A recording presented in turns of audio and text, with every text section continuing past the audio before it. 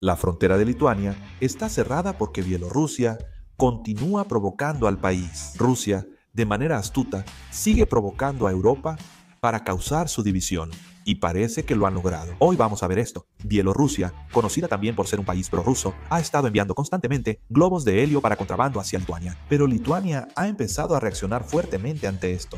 Lituania calificó estas acciones como guerra híbrida y analiza respuestas conjuntas con la OTAN. Por los globos enviados por Bielorrusia, varios aeropuertos cerraron temporalmente. El aeropuerto de Vilna, capital de Lituania, ha suspendido operaciones temporalmente 4 veces recientemente. Por supuesto, estos globos no son para ataques directos, sino que se cree que los contrabandistas los usan como medio para introducir cigarrillos de contrabando utilizando globos de helio. Lituania sospecha que Bielorrusia y Rusia permiten estas acciones a propósito. Recientemente, 2 aviones militares rusos violaron el espacio aéreo de Lituania, aumentando la tensión. Por estas amenazas, Lituania cerró sus fronteras. Por esto, Bielorrusia cree que Lituania cerró la frontera unilateralmente y lo considera una provocación. Como todos saben, actualmente Rusia sigue poniendo a prueba a Europa. Está llevando a cabo provocaciones de baja intensidad contra Europa de varias maneras, como drones, globos de contrabando y la violación del espacio aéreo por aviones de combate. Expertos creen que estas provocaciones no son accidentales, sino acciones intencionadas y calculadas por Rusia. Desde la perspectiva de Rusia, actualmente necesita debilitar un poco la unidad de la Unión Europea. Cuanto más unida esté la Unión Europea, mayor será el apoyo a Ucrania, y esto representará una desventaja para Rusia. No pueden invadir los países bálticos mientras están en guerra con Ucrania, así que no pueden intervenir así. De esta manera, están llevando a cabo provocaciones de baja intensidad para romper la unidad de la Unión Europea. Estas continuas provocaciones de Rusia parecen estar funcionando al final. Ya en Europa, se está viendo una división entre los países que son vecinos de Rusia y los que no lo son. Recientemente, la Unión Europea anunció que instalará una barrera de drones en las zonas fronterizas orientales de los países de Europa del Este para detener las provocaciones con drones de Rusia. Esto no es como en Corea, donde solo se instalan unos cientos de kilómetros, sino que aquí tienen que instalarse miles de kilómetros, y además deben colocar una red de defensa aérea muy densa para detener los drones. En Europa, el debate continúa. El principal problema era el dinero. Las voces opositoras aumentaron, sobre todo en Alemania y el sur de Europa. El canciller alemán Merz criticó públicamente el plan de la barrera de drones, considerándolo poco realista y financieramente irresponsable. Los países del sur de Europa se negaron. ¿Por qué pagar con nuestro dinero la barrera de drones de Europa del Este? Como mencioné, los países vecinos de Europa del Este sufren directamente las provocaciones de Rusia. Lituania está enfrentando una amenaza de seguridad tan grande que incluso ha cerrado completamente su frontera. Por eso, este tipo de barrera de drones puede ayudar en cierta medida a la seguridad. Sin embargo, ya se están mostrando signos de división debido a las grandes diferencias de opinión entre ellos. La Unión Europea cree que debe impulsar el plan de barrera de drones, aunque solo sea para defender Europa. Ursula von der Leyen, presidenta de la Comisión Europea, dijo en su discurso ante el Parlamento Europeo que la barrera de drones no solo es un escudo para los países de Europa del Este, sino para toda la Unión Europea.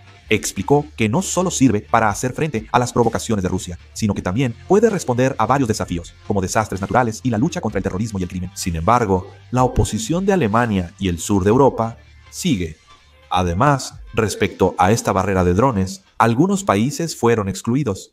La Unión Europea no invitó a Eslovaquia ni Hungría por considerarlos prorrusos. Los excluyeron por temor a que datos sensibles del plan de la barrera llegaran a Rusia. Ejemplo de la poca unión en la Unión Europea. Se requieren al menos 1.650.000 millones de wones para construir la barrera de drones. Probablemente, como es la cantidad mínima, costará aún más dinero.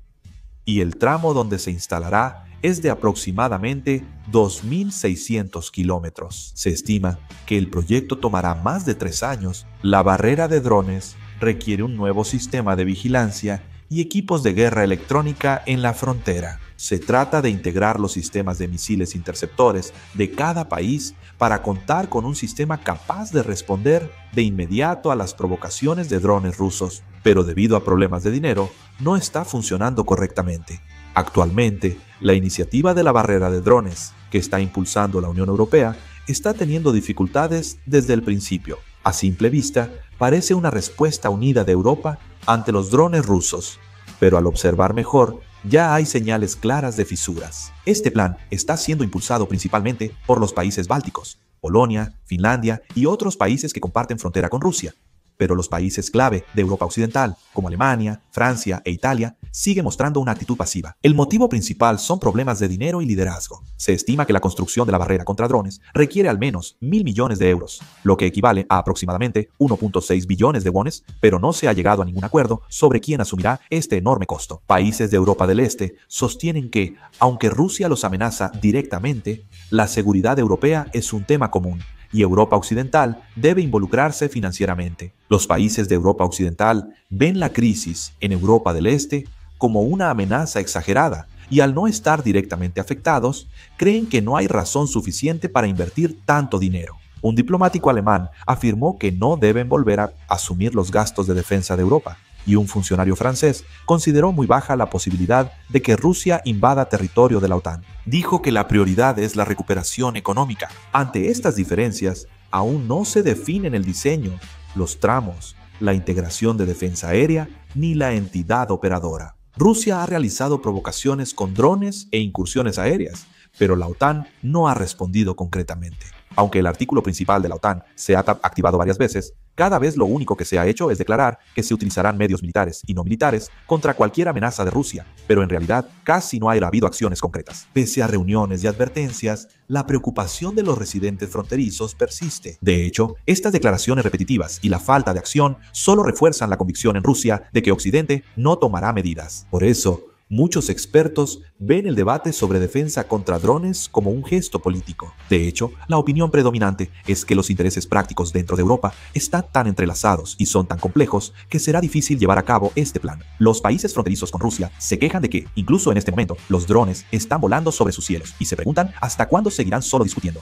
Mientras que los países de Europa Occidental insisten en que no deben provocar excesivamente a Rusia, proponen solución diplomática y se mantienen cautelosos en vez de recurrir a tensiones militares. Polonia, Lituania y Letonia fortalecen sus defensas antiaéreas, pero la red europea integrada aún solo es un proyecto. En medio de esta situación, el argumento de la unidad europea está perdiendo fuerza y en su lugar se está intensificando la tendencia de que cada país busque su propia supervivencia. Aunque la muralla antidrones ni siquiera ha comenzado a construirse, solo el proceso de discusión ha dejado en claro las divisiones políticas en Europa. Europa enfrenta una crisis grave por desconfianza interna y conflictos de intereses más que por Rusia. La razón por la que la respuesta de Europa es tan lenta no es solo por cuestiones financieras. Detrás de esto hay una limitación fundamental que hace que Europa tenga dificultades estructurales para unirse en temas de seguridad. Esto es porque la seguridad es vista como cuestión de soberanía de cada país miembro. Existe un acuerdo procedimental complejo que exige que, ante cualquier situación de crisis, todos los países miembros deben estar de acuerdo por unanimidad para que se pueda llevar a cabo una acción militar conjunta. Por ejemplo, aunque Lituania solicite medidas efectivas para responder a una provocación de Rusia, si Francia o Italia se oponen por razones políticas, la organización no podrá tomar ninguna acción. Esta limitación estructural es evidente en lo militar. Los sistemas de armas y las redes de defensa aérea de los países europeos no están estandarizados, por lo que las operaciones conjuntas son prácticamente imposibles. Alemania opera un sistema de defensa aérea desarrollado con su propia tecnología. Francia mantiene su propio sistema de defensa aérea y Polonia ha construido una red de defensa aérea centrada en los misiles Patriot estadounidenses. Pero es difícil integrar todo en un solo sistema. Es decir, aunque un país detecte un dron, es difícil compartir datos en tiempo real o coordinar órdenes de respuesta instantáneamente con los sistemas de otros países. La barrera de drones que se discutió esta vez, al final, debido a esta falta de estandarización tecnológica, no puede convertirse en una sola red de defensa aérea verdaderamente integrada, sino que simplemente termina siendo una conexión básica de los sistemas de cada país. Otra razón de la falta de integración en Europa, además de la ineficiencia, es la distinta filosofía sobre seguridad. Francia destaca desde hace tiempo su autonomía estratégica. La postura de Francia es que Europa debe tener su propia capacidad militar y sistema de toma de decisiones, sin depender de Estados Unidos o de la OTAN. Por otro lado, los países de Europa del Este todavía confían en un sistema de seguridad centrado en la OTAN. Ellos consideran la disuasión de Estados Unidos y la OTAN como su principal garantía de seguridad, ya que enfrentan directamente la amenaza de Rusia. Estas perspectivas distintas impiden a Europa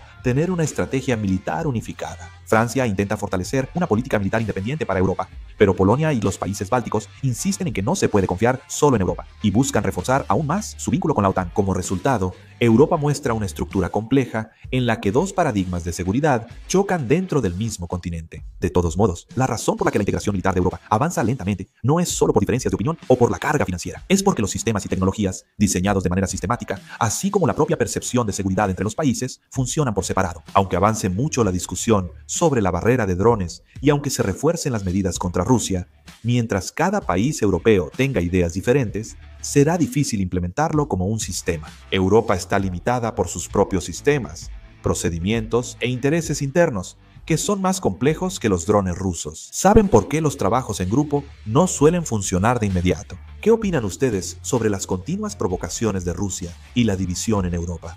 Por favor, déjenlo en los comentarios. Eso es todo, muchas gracias.